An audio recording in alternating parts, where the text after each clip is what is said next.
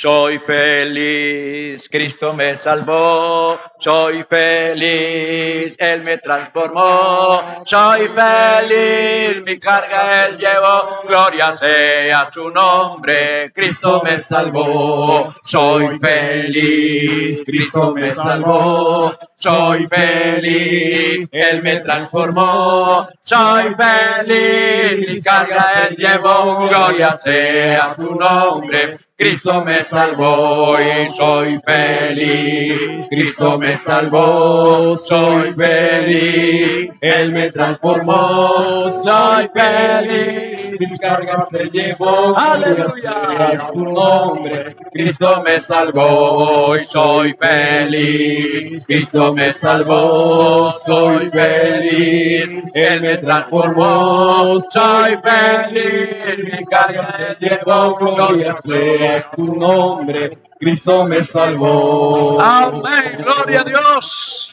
Aleluya. A su nombre la gloria. A ver, alguien que esté feliz en esta noche. Feliz porque Cristo lo salvó. Amén, amén. Esa felicidad se siente y se expresa. Amén. Un saludo para todos en el nombre del Señor Jesús. Vamos en esta noche a concentrarnos en la palabra del Señor. Vamos a ver si en los próximos cultos vamos a recortar un poco la apertura para darle espacio a la enseñanza de la palabra del Señor. Iniciamos leyendo un texto que prácticamente casi todos saben. Primera de Juan 4:8. Creo que casi todos lo saben. El que no ama no ha conocido a Dios, porque Dios es amor. A ver, unánimes. El que no ama no ha conocido a Dios, porque Dios es amor. Padre Santo, en esta noche te damos gracias porque nos permites estar aquí reunidos delante de tu presencia para adorarte, para bendecirte y especialmente, Señor, para escuchar tu voz, para oír tu palabra. Haz, Señor, que tu palabra fluya abundantemente en los corazones para vida eterna. En el nombre de Cristo Jesús, el Señor. Amén. Demos gloria a Dios. Tengan la bondad de tomar sus puestos. Bueno, hoy vamos a iniciar una serie de pensamientos relacionados con la restauración espiritual. Y espero que si hoy está aquí, el jueves también esté. Es decir, que no se pierda un solo tema, porque eso es como una cadena. Si usted permite que un eslabón se pierda, se rompe la cadena. Es decir, no puede seguir la secuencia, no puede encadenarlo uno con lo otro, qué fue lo que se dijo, por qué se dijo y para qué se dijo y a quién se lo dijo. Entonces es muy importante. Ahora vamos a leer otros textos. Génesis capítulo 4, verso 9. Y Jehová dijo a Caín, ¿dónde está Abel tu hermano? Y él respondió, no sé, ¿soy yo acaso guarda de mi hermano? Creo que cuando pensamos en la restauración espiritual, deben haber razones profundas. Y yo quisiera decirles en esta noche, esto que vamos a emprender con la ayuda del Señor está basado en una necesidad no solamente local, es un problema que se tiene que plantear a nivel nacional y se está haciendo. Vamos a mirar la siguiente imagen y luego vamos a mirar el porqué. Dice en Salmo 55, 22, echa sobre Jehová tu carga y Él te sustentará. No dejará para siempre caído al justo. Y Jeremías 18:6, he aquí que como el barro en las manos de un alfarero, así sois vosotros en mis manos. La Iglesia Pentecostal Unida de Colombia, en el año 2023, creó a través del Departamento de Misiones Nacionales el área de restauración espiritual. El enfoque de esta área es atender la necesidad del hermano que por diferentes circunstancias se ha detenido en su marcha, se ha alejado de la iglesia, aquel que ya no se congrega, dejó su comunión con Dios y su santo pueblo. El propósito de esta dependencia no se encamina en juzgar o señalar a alguien por sus errores o por la condición de vida que en la actualidad pueda llevar. El designio de restauración espiritual es ir a buscar a la oveja que se ha perdido. Amén. Es muy lamentable tenerlo que decir, pero se han cometido una cantidad de errores de los cuales tenemos que corregir. Estos hermanos, porque no conocían el camino, se extraviaron, nadie los direccionó, nadie se ocupó de ellos y de alguna manera encontraron una piedra en el camino y tropezaron. Por lo tanto, es anhelar y procurar a través de métodos de restauración la llegada del hijo pródigo, ese que se fue, ese que está allá afuera, y de pronto ese que está a punto de irse, evitar que se vaya, sino retenerlo en casa. Si es necesario, prender la luz en la casa y ordenar todo lo que en ella se encuentra para hallar la dracma que se había extraviado. Restauración espiritual está basado en el deseo de nuestro Señor Jesús de ir a buscar a aquel que se detuvo en su marcha, para ayudarle en su restauración integral, tanto espiritual, familiar, social, entre otras áreas. Más que una coordinación, restauración espiritual debe ser la acción de todo buen cristiano que ama la salvación de sus hermanos que algún día se alejó del Señor. A ver, los que ya tenemos algunos años en el Evangelio, creo que fueron testigos de una época que nos creíamos demasiado espirituales, pero resulta que caímos en un error que se llama fanatismo. Y confundíamos el fanatismo con la espiritualidad. Empecemos, por ejemplo, en los años, digamos, en los años 45, 50, cuando apareció, o un poco más allá, cuando apareció la radio. Cuando apareció la radio, hubo un escándalo tremendo dentro de los pocos convertidos que habían en el país, porque se decía que eso era diabólico. Era un medio de comunicación que se tenía y la única emisora que más funcionaba era Radio Sutatensa. Y era pecado tener radio en casa.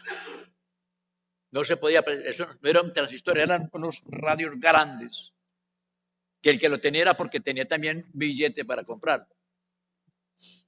Luego vinieron los aparatos transistorizados y todavía se decía mucho acerca de eso y algún hermano tenía ese aparato, hermano, vea, hasta ni el saludo le daban.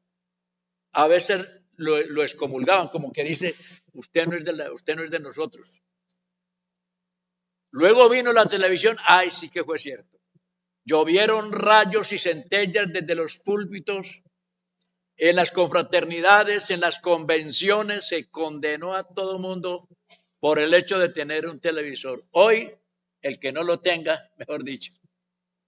Bueno, en ese orden de ideas, en la educación que se le brindaron a nuestros hijos,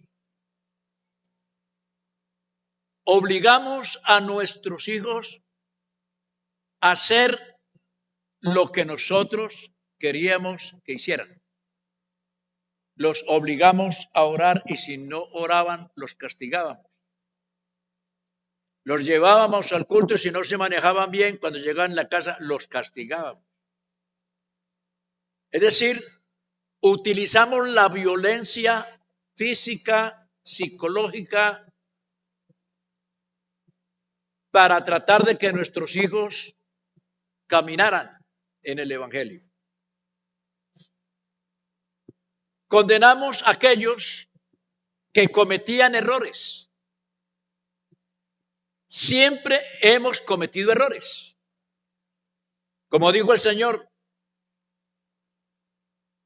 arroje la piedra el que se halle sin pecado, sin delito. Todos en una forma u otra cometimos errores. Pero el problema era que cuando uno cometía el error, pobrecito el hermano, porque si era la congregación, hermano, en la calle ni lo saludaban ni lo determinaban, o tenía que pararse en la congregación, confesar su pecado y pedirle perdón a la iglesia. Todas esas cosas se hicieron. Se regañaba públicamente a los creyentes. Entonces, muchos de esos muchachos que pertenecieron a esa época o que pertenecimos a esa época, cuando crecieron un poquito, ellos en lugar de amar la iglesia, antes le cogieron pereza porque por causa de a alguien en la iglesia, algún hermano, le puso una queja al hermano, al papá del muchacho, y sin medir o investigar si era cierto o no era, fue y le pegó, lo castigó y resulta que no era verdad. Entonces el muchacho fue creciendo con cierta repugnancia hacia las cosas o pereza hacia las cosas espirituales y en lugar de amar la congregación o amar el evangelio, antes lo aborreció y se fue de casa. Yo no sé si a alguien le tocó vivir esa época. ¿Le tocó? ¿A alguien? ¿Ve? Qué bueno que no le tocó. Pero que pasó, sí pasó. Bendito el nombre del Señor. Bendito el nombre del Señor Jesús. Entonces, esa forma de señalar al hermano porque vino, porque no vino, porque se vistió de esta manera o porque no se vistió, porque trajo el cabello de tal manera o esa visita que vino por primera o segunda vez y ya para la segunda o tercera vez le salió el hermano y tú le dices, usted todavía está vistiendo así. En lugar de ayudarle, antes lo espantaron. Porque tratábamos de obligar a la gente que tenía que creer, que tenía que obedecer, así nunca se hubiera arrepentido, nunca hubiera hecho realmente un acto de fe para con Dios. Entonces, esas situaciones llevaron a pensar diferente. Muchos pastores fueron destituidos porque una mujer sencillamente le provocó decir que ese hermano le propuso algo cuando era falso y lo destituyeron. Muchos levantaron calumnias, hubieron fuertes escándalos entre los mismos creyentes, había una situación que había que combatir. A veces no se investigaban. Llegaba a fulano de tal y le decía al pastor, hermano, vea, mire que fulano de tal esto y esto y esto, y de una vez lo suspendían, de una vez le quitaban el cargo. No investigaban si era así o no era así. Entonces el hermano, víctima de una calumnia, de un comentario, de algo que no era así, ese hermano se amargó, no estaba bien, como se dice, bien afianzado en las cosas de Dios, le nació una raíz de amargura y te veo, Mateo. Se fue. En vista de todas esas cosas que venían aconteciendo y que nadie como que se preocupaba por esos hermanos que se fueron por alguna circunstancia o por esos que a veces en la misma congregación están apartados, vienen porque como una costumbre que tienen de venir a los cultos, pero realmente hay algo que les molesta por determinada persona o por esto o por lo otro y no han podido dar un paso adelante, están detenidos, están parados, sentados a la vera del camino sin poder marchar, sin poder progresar. Entonces ha llegado el momento de pensar diferente. Por otra parte, sabemos que tenemos un mundo polarizado. ¿Qué significa eso? El mundo está dividido y aún dentro de nosotros mismos estamos divididos. ¿En qué sentido? Vamos a mirar. Comportamiento ético, moral y social del ser humano. Y el ser humano, todos somos seres humanos.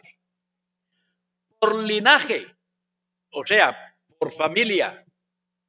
Hay familias que son muy importantes o se les da mucha importancia en la congregación, ya sea por cierto estatus que tiene, ya sea porque es un servidor muy competente o porque es buen predicador o porque es un buen cantante, en fin, se le da como cierta importancia, se coloca como en un pedestal muy alto y a la vez le hacemos daño a esa persona.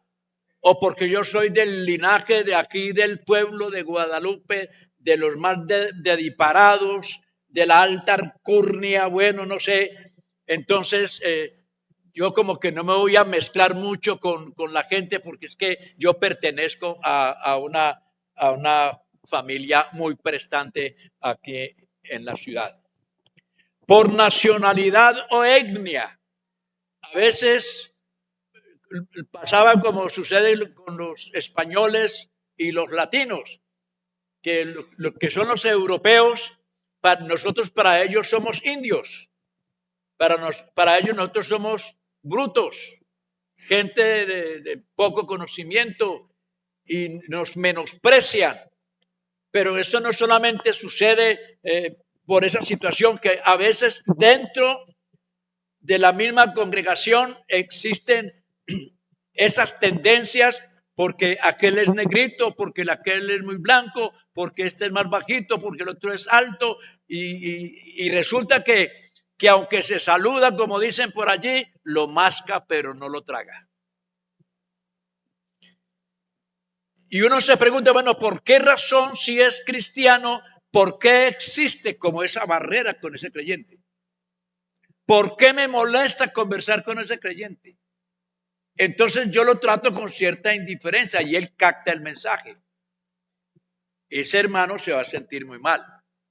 Él no se va a sentir muy bien porque hay alguien que lo mira con cierta indiferencia, con cierto menosprecio. Y eso lo lleva a tener pensamientos no agradables en su corazón.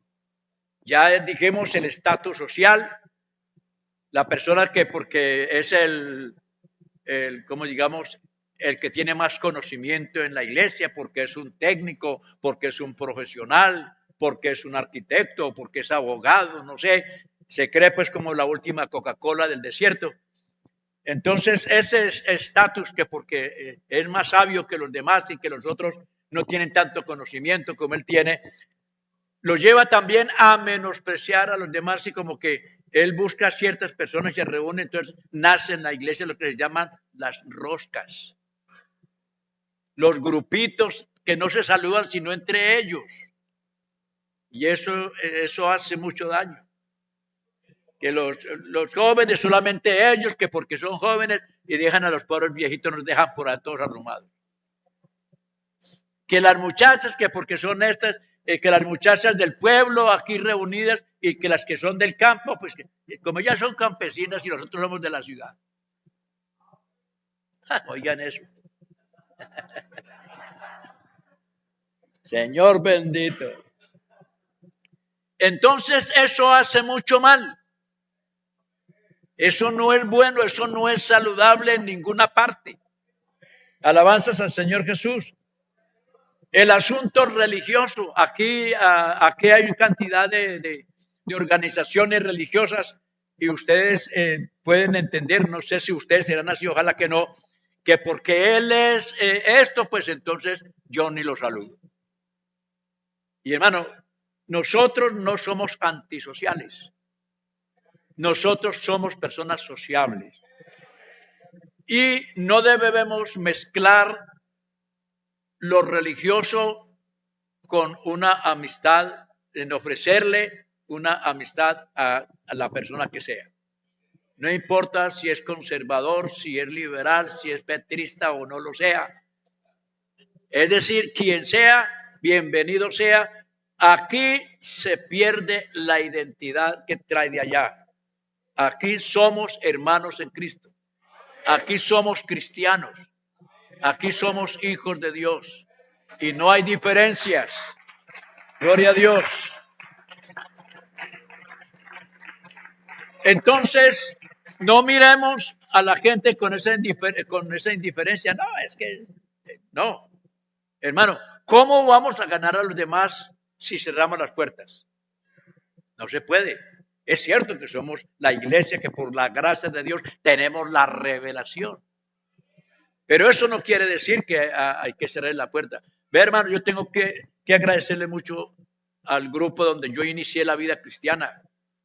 Yo inicié la vida cristiana con la organización Unión Misionera.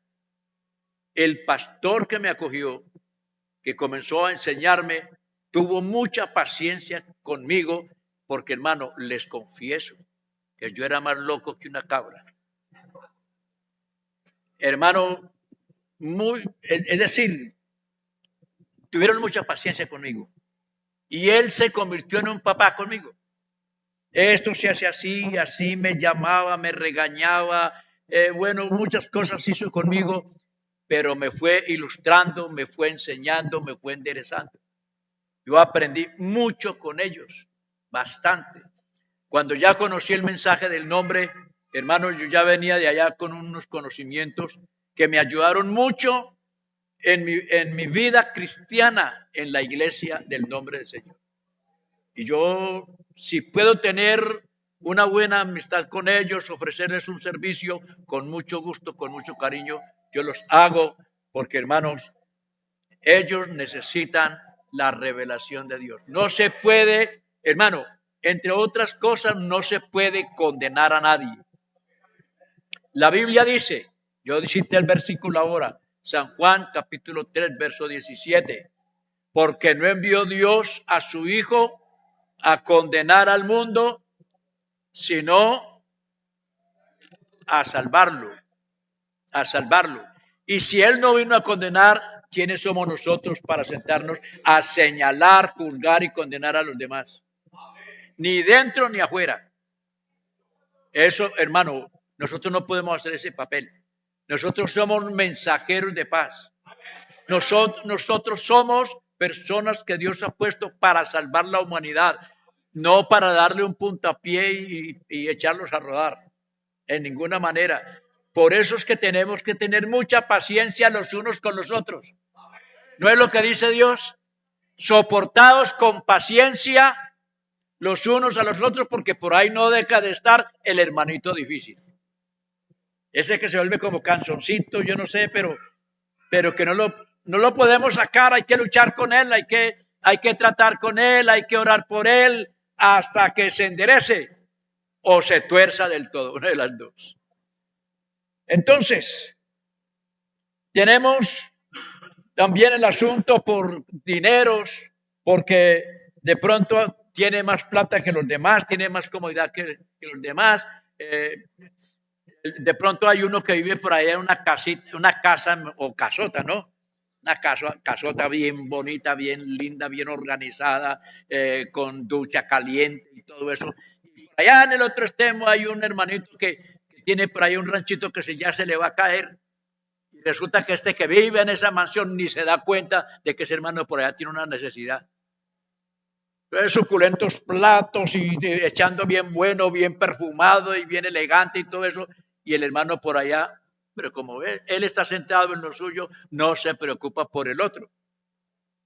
Y aquí, hermano, el asunto es diferente. Aquí tenemos que preocuparnos los unos por los otros. No importa quién sea, negro, blanco, pobre o rico, donde viva. Ojalá los que tienen alguna comodidad algún día les lleguen a esos pobres hermanos que están necesitados, los sorprendan con una comida bien buena y se la lleven allá y se sienten con ellos y coman con ellos y charlen con ellos, tengan un momento de integración. Gloria al Señor, porque es que por ellos también murió Cristo. Alabanzas al Señor. Pero no hay diferencia.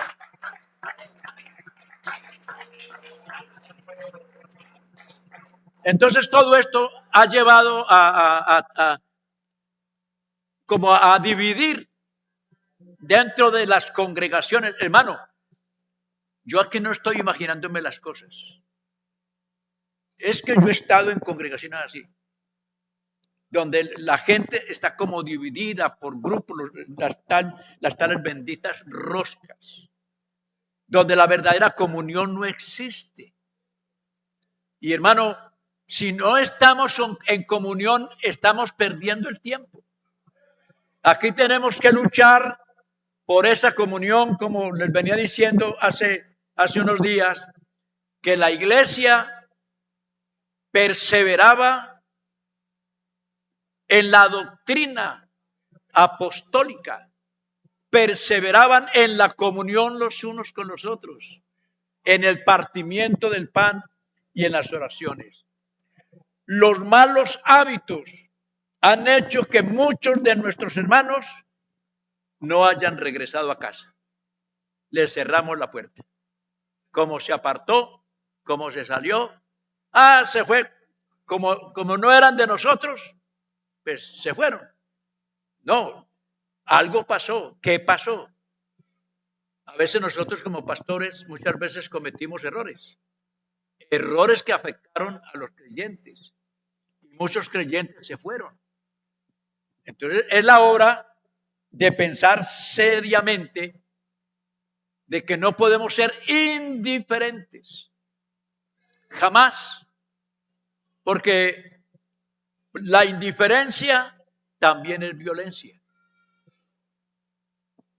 ¿Qué dice la palabra de Dios? Lucas capítulo 10, versos 31 y 32. Aconteció que descendió un sacerdote por el camino y viéndole pasó de largo. Asimismo un levita, llegando cerca de aquel lugar y viéndole pasó de largo. Usted bien conoce la historia de Jesús, la historia del buen samaritano.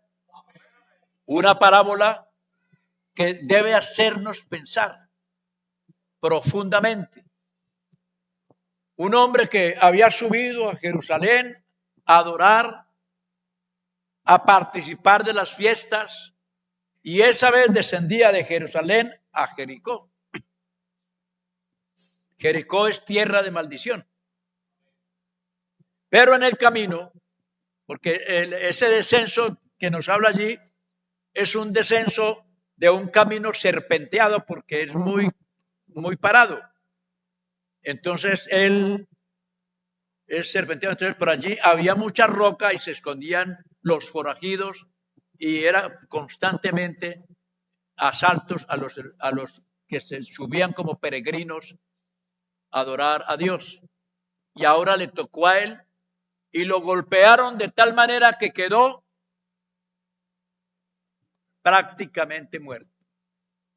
Entonces allí es donde dice que aconteció que descendió un sacerdote por aquel camino y viéndole se hizo el de la vista gorda.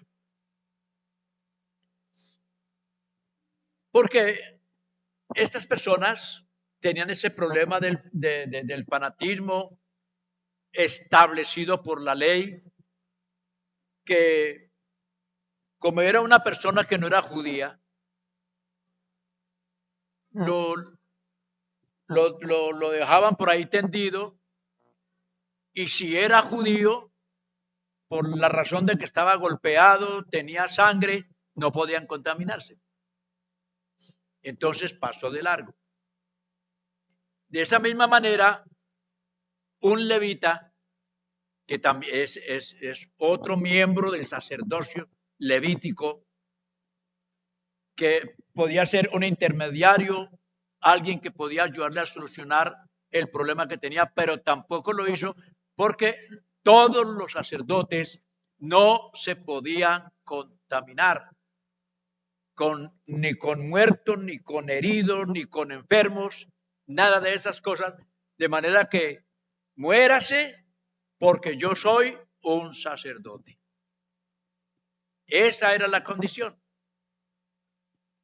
Pero el asunto queda con una enseñanza profunda, porque un samaritano, o sea, una persona ajena al pueblo de Israel, judíos y samaritanos no se tratan entre sí. O sea que prácticamente era un enemigo en ese sentido.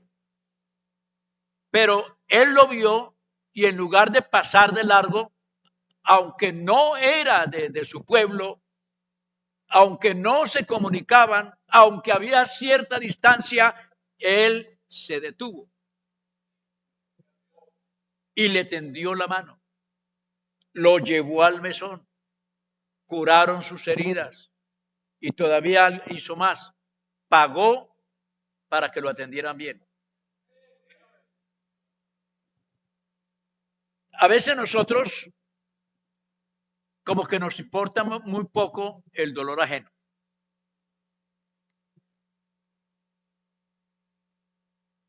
Decir que otro está enfermo, hay que pesar, oremos por él.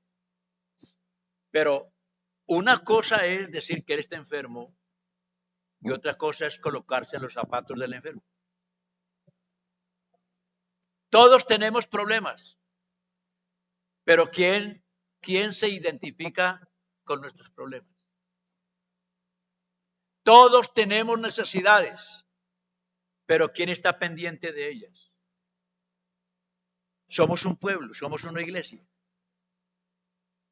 Y yo creo que sí debemos demostrar más solidaridad, porque así como el cuerpo, cualquier miembro del cuerpo se siente mal, todo el cuerpo está pendiente de esa parte afectada.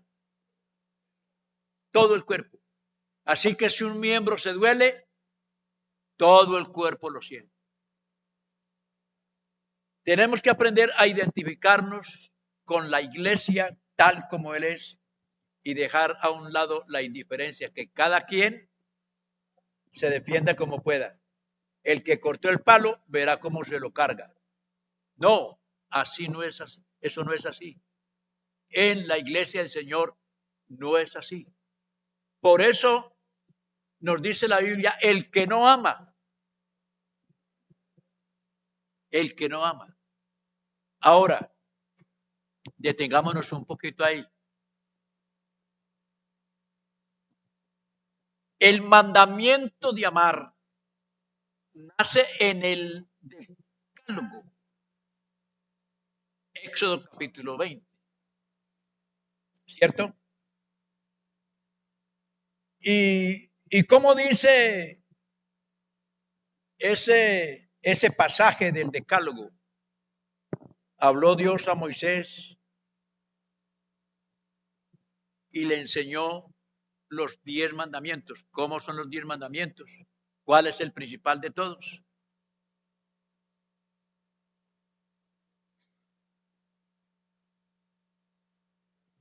Amarás a Jehová tu Dios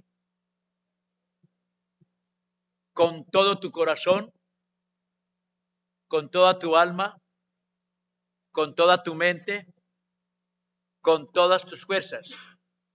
Dígame, ¿qué me quedó a mí para repartir?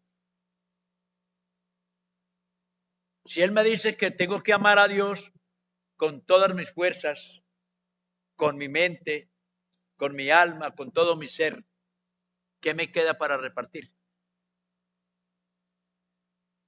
No me queda nada, porque el Señor lo está pidiendo todo.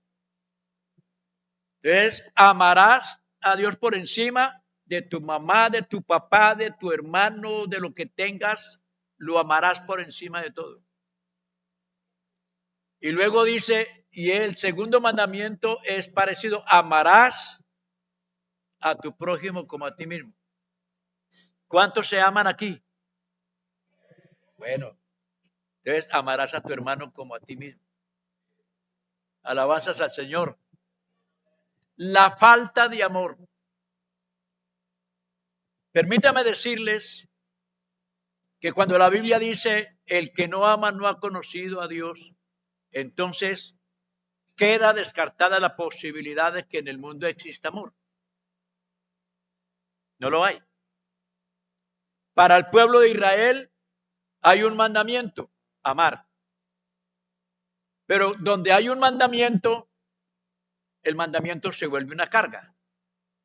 Porque yo voy a amar porque hay una orden. Yo lo voy a hacer porque hay un mandamiento, pero no porque a mí me nace. Yo voy a hacer esto con mi hermano, pero eso de dientes para afuera. Porque realmente no hay un sentir. Eso no nace, eso no está allí en el corazón. Entonces Israel realmente no amaba a Dios. Unos cuantos que se llaman los profetas o algunos hombres de Dios expresaron ese amor, esa lealtad a Dios de corazón. Pero el pueblo como tal, a quien se le mandó, ellos no amaron a Dios. Por eso Dios se quejó. Mi pueblo no me quiso a mí. Por eso Jesús dijo, Jerusalén, Jerusalén, que matas a los profetas y apedreas a cuantos te son enviados. ¿Cuántas veces quise juntar a tus hijos como la gallina junta sus polluelos debajo de sus alas y no quisiste? Israel no quiso. Dice, Israel no me quiso a mí.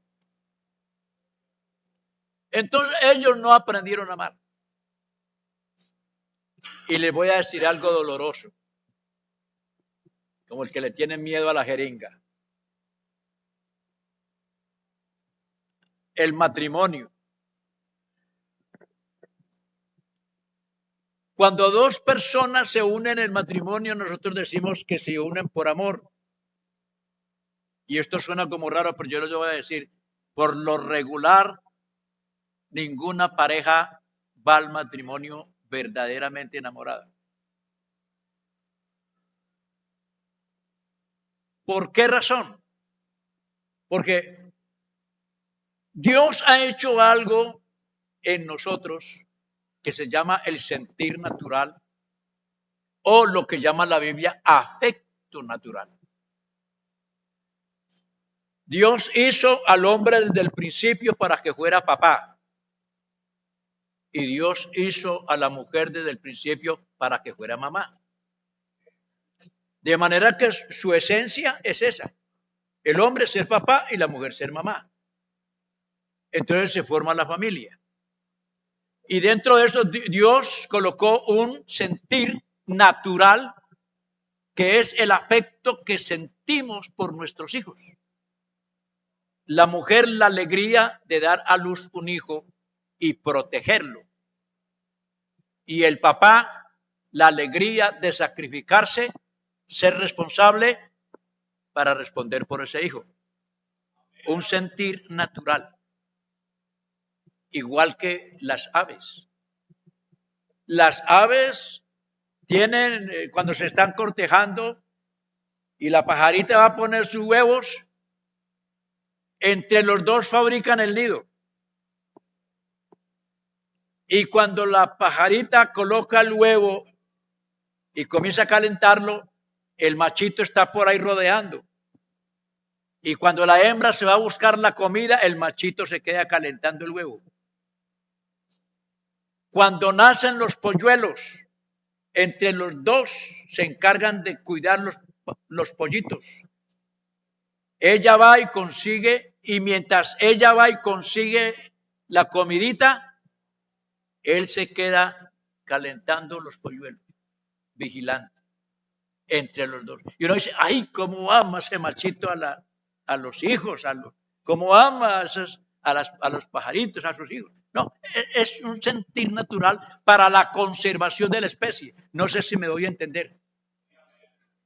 Dios lo colocó allí. Dentro de la psicología eso se llama eros, amor erótico, que se atraen los dos, el uno al otro, por un efecto natural, una atracción natural. La muchacha creció, se formó, y entonces ya comienza a mirar para los lados a los muchachos, a ver cuál le gusta más. Y él, por otra parte, cuando ya se le despiertan las hormonas, entonces comienza a mirar a las muchachas. Y eso es muy natural, porque ambos nacieron precisamente para formar una familia. Alabado sea Dios. Pero que ese principio es la oportunidad para sembrar la semilla del amor. Porque el amor no nace de la noche a la mañana. Es la oportunidad para construir un nido de amor. Es la oportunidad por la forma de comportamiento del uno del otro, por la responsabilidad del uno y del otro, se comienza a construir en medio de circunstancias adversas, en medio de problemas y situaciones difíciles, comienzan a sembrar hasta que brota el amor que nos lleva a tener hasta el final, hasta que la muerte nos separe. Gloria a Dios. Pero es muy débil porque el amor eros es tú me das y yo te doy. Yo te doy, tú me das. Se retroalimenta. Tú me das, yo te doy. Por eso cuando las cosas se ponen pesadas, ojo, porque ella le puede dar con la cacerola en la cabeza. Tienen que alimentarlo. Cuando no se alimenta, cuando alguien se comporta, es indiferente y no cumple su deber, ella o él, ese amor se enfría, ese amor se rompe, porque es muy frágil. Con la misma intensidad que se ama, también se aborrece. Así de sencillo. Si se hace coger pereza el uno al otro por ciertas circunstancias, hermano, grave el asunto. Entonces se necesita sabiduría. Se necesita tener capacidad de entendimiento. Porque son dos mundos diferentes, dos pensamientos diferentes, culturas y situaciones diferentes. Entonces, hermano, en el mundo no lo hay. Pero cuando nosotros aceptamos a Cristo, entonces sí surge el verdadero amor. Y ya no son dos, son tres. Gloria al Señor. Ya Cristo en el hogar, un feliz hogar. ¿Cierto? Porque el Señor nos enseña cómo es que debemos vivir. Y a pesar de nuestras diferencias, a pesar de los ronquidos del uno y lo otro, pasan los años y hay felices. Ahí estamos. Entonces, la falta de amor hace que las cosas no funcionen. Si a uno no lo aprecian, si a uno lo tratan con indiferencia, si a uno lo tratan como un trapo viejo, pues hombre, imagínese usted un niño,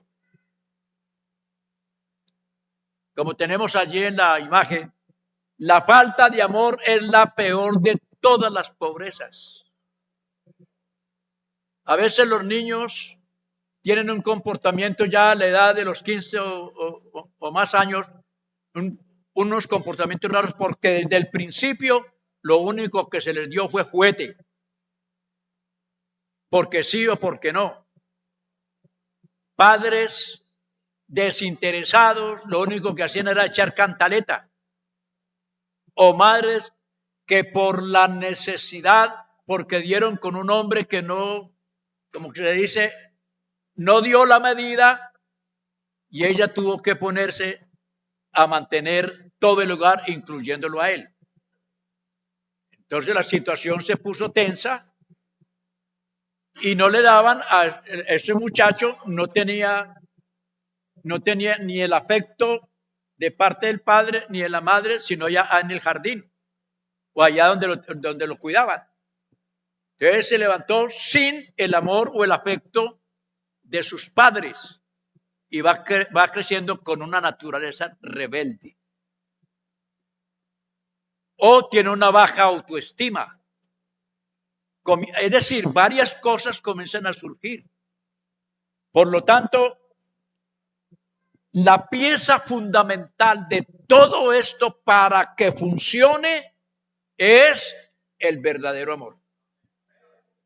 Y el verdadero amor no lo venden en la esquina. El verdadero amor se recibe por la fe en Cristo Jesús. Gloria al Señor. Si alguno dice, yo amo a Dios y aborrece a su hermano, es mentiroso. Pues el que no ama a su hermano, ¿a quien ha visto? ¿Cómo puede amar a Dios a quien no ha visto? Y nosotros tenemos este mandamiento de él. El que ama a Dios, ame también a su hermano. Termino con este pensamiento. Estamos condenados a amar eternamente.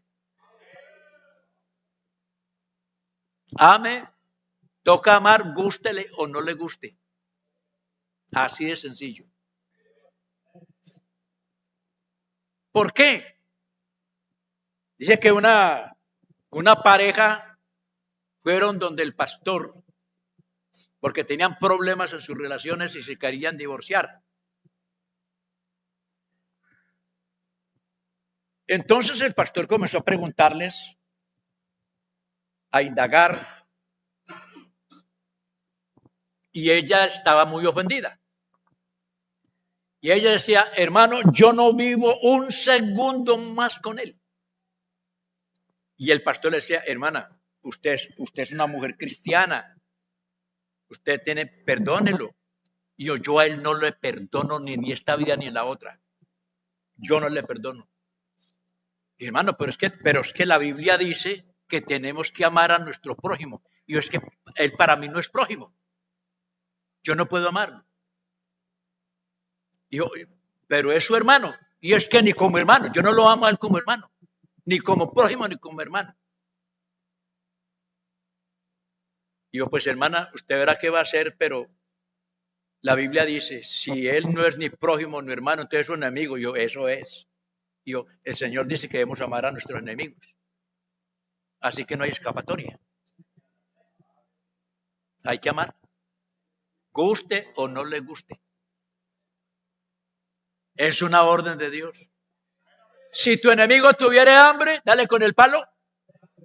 Dale de comer. Si tuviera sed, obligados. El verdadero cristiano brota por su piel amor. Y lo que usted me han oído decir muchas veces, el hermanolo, ¿quién sabe? ¿Qué le brotará por los poros? Porque cuando no hay amor, todo se acaba. Es decir, si yo no estoy en capacidad de soportar, de perdonar, de hacer lo que Dios me está pidiendo, algo está mal en mi vida. Porque hermano, la iglesia, desde la cabeza, Cristo, que es la manifestación del amor de Dios, hasta la punta de los dedos de la iglesia, es puro amor. Esa iglesia es así. Ahí no hay lugar. ¿Lo dice o no lo dice? Efesios, ya, es que ya iba a terminar.